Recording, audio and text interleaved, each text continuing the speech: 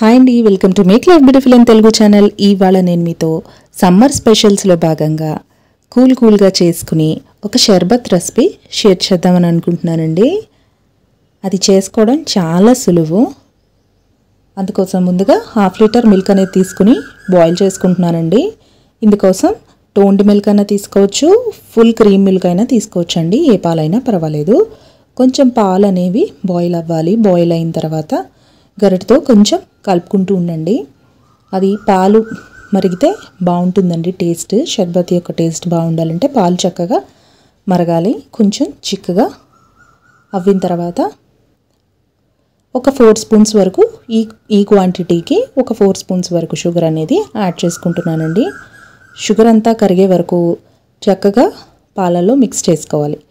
ఇలా షుగర్ అంతా కరిగిపోయిన తర్వాత స్టవ్ ఆఫ్ చేసేసుకుని పాలు అనేవి చల్లగా అయిపోవాలండి. చూసారా, కాసేపు ఇలా పక్కన పెడితే పాలు అనేవి చల్లగా అయిపోయినాయి. ఇప్పుడు ఇందులోకి నేను ఏ కప్తో అయితే షుగర్ తీసుకున్నానో అదే కప్తో రోజ్ సిరప్ తీసుకుంటున్నానండి. ఒక 4-5 స్పూన్స్ రోజ్ సిరప్ అనేది యాడ్ చేసుకోవాలి. ఇది యాడ్ చేసుకున్న తర్వాత గూంద్ కటీరా ముందు రోజే నేను 1 డే బిఫోరే ఒక 2 పలుకులు నానబెడితే చూసారా ఇంత అయింది. ఒక 2 పలుకులు 200 ml వాటర్లో ఓవర్ నైట్ సోక్ చేస్తే మరుసటి రోజుకి ఇలా అవుతుందండి. దాన్ని తీసుకుంటున్నాను. అలాగే అది మొత్తం వేసేసుకోవచ్చండి. అలాగే ఈ సబ్జా గింజలు నానబెట్టున్నవి ఒక 20 మినిట్స్ బిఫోర్ నానబెడితే సరిపోతుంది. దాన్ని కూడా మనకి ఎంత క్వాంటిటీలో కావాలో వేసేసుకోవాలి. అలాగే నేను పుచ్చకాయలను తీసుకుంటున్నానండి. ఇక్కడ water melon main ingredient. So water melon కూడా వేసేసుకుని చక్కగా మిక్స్ చేసేసుకుంటున్నాను.